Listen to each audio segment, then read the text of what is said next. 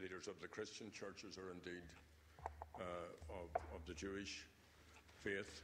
You might want to make that clear in your answer. I do think that it's very welcome that you will meet with representatives of the Islamic faith in the time ahead. I think you committed to doing that. I met with Muslims from the new mosque at Galway here a month or two ago, and these are people who have come to Ireland. This is their home. They want to play a role here as citizens, and I think they actually add to who we are as a people. Indeed, some of them are native Irish people as well as those who have come from other parts of the world. And particularly after the horrific attack in Paris, I do think that it's crucially important that we try to deepen our understanding of each other, of what motivates people and the different values, even though all of the great religions in the world have generally the same core values. It's how these can become divides and divisions as opposed to a tolerance and a respect for differences. And I thought it was interesting to hear Pope Francis warn of the risks and the dangers of mocking anyone's religion. So a good piece of work could be done by illustrating the fact that we can have a pluralist society and that no faith, Protestant, Catholic, dissenter, people from other faiths, that everybody's welcome, and that this is a matter which is upheld by the state, the right to religious belief, but which is a personal matter of conscience for everyone.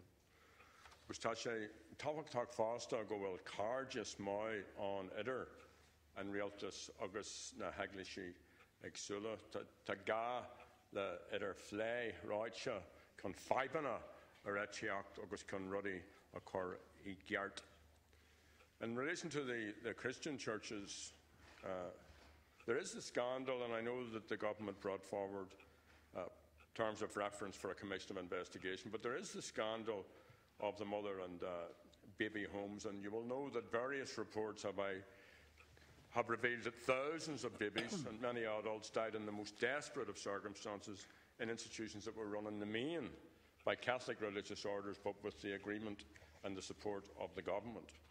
And Protestant churches also played a role, though much less significant. For example, the Bethany home. I say much less significant insofar as that they were a minority, as opposed to making any judgment on the awfulness that was inflicted upon people or children who were in those homes. So I'm wondering, did you have any discussion with any of the church leaders about this, and do you intend to discuss the terms of reference with them?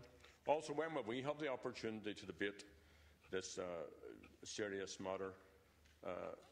And my own view, while I think the terms of reference may be a good start, the fact is that they are inadequate because they fail to ensure, for example, that the Commission terms of reference include the West Bank orphanage and some of the other Protestant institutions, as well as the Magdalene laundries. And you know, there's clearly a view among the survivors that, for example, in the Magdalenes, that what the government has put in place does not match up to your very clear apology in this chamber.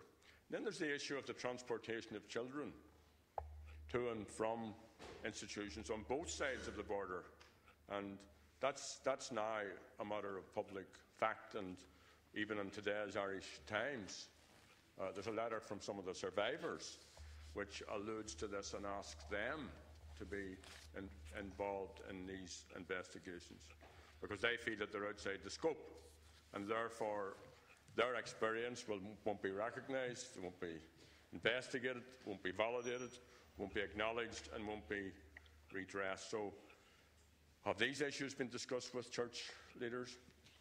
The issue of homelessness, you know, I want to commend the initiative taken by Dermot Martin here in this city when he made premises available. He took action in concert with the government and the mayor to deal with this following the untimely death of Jonathan Corey and the run into Christmas. But you know, if these dealing with a crisis instead of dealing with it in a strategic way and trying to focus and to engage with civic society, including the churches, could be a useful way to avoid or at least to reduce homelessness and other acts of poverty. And you know, I want to commend, I'm sure you'll join me and others will join me in commending St. Vincent de Paul, which is 170 years working with the poor and the disadvantaged. And you know, they're facing huge pressures at this time, and also are reporting that professionals such as nurses, Gardaí, teachers are now using their services in greater numbers and seeking help to pay bills and feed their families. And both in West Belfast and in Louth, I myself have referred privately and confidentially citizens for help to St. Vincent de Paul. And it's reported that since 2008, the financial value of St. Vincent de Paul offers of help to citizens who has doubled and now amounts to more than 42 million euros. And the biggest outlay was in food, and there was a further 10 million in helping people pay their gas bills, their electricity bills, and their oil bills. So even for people to have heat in their home, they've had to go and seek charity from St. Vincent de Paul. So these are the very stark statistics, and of course religious leaders have expressed grave concerns about the rising levels of poverty. And it's, you know, the budget that you brought forward in 2015 is acknowledged by the ESRI, for example, as being regressive, is actually ingraining social divisions and poverty in this state. And I noted yesterday that Oxfam reckons that 1% of the world's population now own more wealth than the other 99% combined.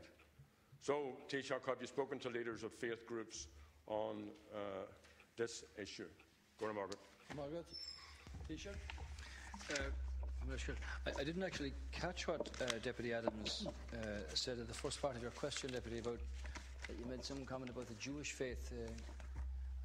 I was making a general point, trying to be inclusive of all the faith communities on the island. Okay, yeah, no, I didn't actually hear you clearly. I thought maybe that you were saying I had a division in respect of the Islamic faith and the Jewish faith. Thank you. I intend to meet with both of them shortly. Anyway, I think that's only right and proper. I would say to you that in respect of the budget for 2015, the answer to poverty in any country is to have an economy that can deliver jobs. And social protection is a very important element of bolstering up the economy in this country. And I have to say that Taoisigh Burton has made an extraordinary effort in changing the whole nature of social protection and the way it's perceived. Because what used to be the Dáil office, the social welfare office, where people on a list went in and claimed their money from other taxpayers, has now changed to the intro offices, where the experience and the capability and the talent and the aspirations of everybody is taken into account and profiled. And hopefully, as time goes on, that more and more people will be given the opportunity to give vent to their capabilities and their potential. And I think that's evident in all of the mix of this, that the level of unemployed numbers has consistently dropped now for over 30 months. And while it's reduced to just over 10% from just over 15, it's still too high. And the answer is, as you well know, that in very difficult circumstances, a job and a well-paying job and a good job and a passport to better prospects is the route out of poverty and disillusionment and despair. And I commend the Vincent de Paul and the other charitable organisations for the work they've done over very many years. And unfortunately, given the scale of the collapse and the recession here a number of years ago, where 250,000 lost their jobs, where every house in the country was in negative equity, where people's ambitions and livelihoods and savings were decimated and destroyed. To pull it back from that brink of absolute disaster to a point where we are now, after all that sacrifice, means that there are brighter days ahead, and hopefully that the economy will continue to be well managed and jobs created as a passport out of that. So I hope that when we meet with the church leaders of the Islamic faith and the Jewish faith, I'll report to the House on the meetings, obviously. But I look forward to engaging again with the other leaders of the Christian churches as well. Now, you make the point about the mother and baby homes. Well, this is obviously an issue that's concerned the government greatly, and at its meeting on the 8th of January this year, the government agreed the processes to establish the Commission of Investigation into the mother and baby homes and certain related matters. This, as Deputy Adams is aware, is being handled by the Minister for Children and Youth Affairs, Minister Riley. So that's a significant development, if you like, in delivering on the government's commitment to establish a statutory investigation with all of the necessary powers to provide a full account in a proper and a timely manner as to what happened to vulnerable women and babies and children in the mother and baby homes. Now, as the House is well aware, the Commission will be established under the Commission of Investigation Act of 2004. It will be chaired by Judge Yvonne Murphy. Judge Murphy will be assisted by the eminent historian Professor Mary Daly, who has great insight into all of these things, and also the international legal expert on child protection and child adoption, Dr. William Duncan. Minister Riley published the terms of reference on the 9th of January, and he published them in the presence of former residents of some of these homes and the groups that represent them. So those terms of reference, Deputy Adams is probably aware, provide for a very comprehensive investigative framework that involves interlinked and concurrent lines of inquiry.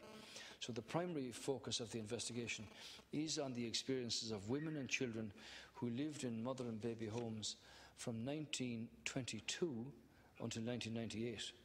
And the main areas that are going to be investigated are the entry arrangements and the exit pathways of single women, living conditions and care arrangements in those institutions, mortality among mothers and children, and given the circumstances, obviously it is very high in many cases with disease and all of that in some of these institutions, the causes and the circumstances and the rates of mortality, post-mortem practices and procedures, reporting of deaths, burial arrangements and the transfer of remains for anatomical examination, the compliance with the relevant regulatory and ethical standards in relation to systemic vaccine trials that were identified by the Commission as being conducted on children in these homes, entry arrangements and exit pathways for mothers and children leaving those institutions, patterns of referral, relevant relationships with other entities, and also the extent to which any group of residents may have systematically been treated differently on grounds including race, disability and religion. So I think it's been pretty well accepted that this is the right way to go. Maybe it's not perfect, but the Commission will be critically important in coming to terms with our own history as a people. From 1922 until 1998, 76 years, a lot happened in Ireland in that time, socially, economically, politically and in so many other ways. And I think, Deputy Adams, that some of what we will learn will be very painful, and the good old days will be seen to not have been the good old days. The Commission will finally allow the experience of individuals to be understood, not just as their personal stories, but as part of a broader social and cultural context of how we, as a society, and those who went before us, responded to single women and to their children who needed support and assistance rather than judgment. So the Minister will bring the resolution for debate, I understand, to the House tomorrow, 21st of January, and he will seek time in the Shanna thereafter. and subject to Oireachtas approval in Cancórla of the resolution, the Minister for Children and Youth Affairs will then sign the order to establish the Commission on behalf of the Government to conduct its inquiries. Now, there were 14 mother and baby homes included. That list has been published. They're there for you. And clearly, the terms of reference are very important here. The question of Bethany Homes and West Bank has been raised and has been dealt with. Magdalene Laundries were not specified specifically in the terms of reference or in the mother and baby homes, but clear criteria were used to define these, including having the main function of providing sheltered and supervised ante and postnatal facilities available to mothers and their children. The Magdalene Laundries did not come within the remit of that particular definition. But I have to say that the Minister and the terms of reference have been asked to ask the Commission to examine the extent to which Magdalene Laundries were part of the entry or the exit pathways of Cancórla for single mothers into or leaving mother and baby homes. So the issue is to be examined by the social history module of the Commission, and will also explicitly cite the laundries in this regard. So the report of the Interdepartmental Committee to establish the facts of state involvement with the Magdalene Laundries has been fully accepted by the Government as being comprehensive. An objective report of the factual position prepared under the supervision of an independent chairperson. And I do appreciate that while some women continue to be dissatisfied by the process to date, those concerned received an apology on behalf of the state, had the opportunity to relate their stories to Macaleese and to Quirk, and are entitled to receive a capital sum as well as a lifelong pension top-up payments and access to the medical services. Might I say, I've been asked a question a few times in Cancórla whether the intention here is to set up a redress scheme, such as been set up in other cases. So given the matters within the scope of the investigation have not been central to any previous inquiry, it would be very premature to point out at this stage of Cancórla to consider the issues of redress in respect of any matters within the scope of this investigation. The Commission really has to have the opportunity to be able to conclude its investigation and to establish the facts of what happened in these homes and around these homes. And in the absence of those facts, it would be very difficult at this stage to make appropriate determinations on issues like redress or apologies. I would expect at Cancórla that the Minister should set up the Commission. It's got its terms of reference, it's got its financing in place. Let it go off and do its job and see what results from that. Deputy Adams and Deputy Boyd-Barrett. Yeah, Taoisigh, you did say there that the issue of West Bank orphanage had been dealt with, if I heard you correctly. And my certain conviction and knowledge is that it has not been. So I would ask you to clarify that, and if it isn't, as is my belief it isn't, included in the Commission's terms of reference, that it should be included. And also in terms of the Magdalenes, I mean, these women, as you said yourself, were held in horrific conditions. They were slaves. And they should be part of this very important investigation in their own right. Not because there may have been an exit or an entry point into some other institution and treated as part of a module. And I come back to the point, just because it's contemporary. I mean, this is now an accepted fact that children were transported both sides of the border. But I cited today's Irish Times letter just because it happens to be on this day. And survivors are saying that they are not part of this, and I think that should be rectified. And I would appeal to you, Taoisigh, to do that. The good work that can be done, and to acknowledge that the government has done some good work in looking at all of these matters. We shouldn't leave anybody out. We should be as inclusive as is possible. So I would ask you to reflect on what I have said, and which others have said, most importantly and more important than me or you, what the survivors have said, and to rectify that by changing the terms of reference accordingly. Deputy Boyd Barrett, have you a supplementary?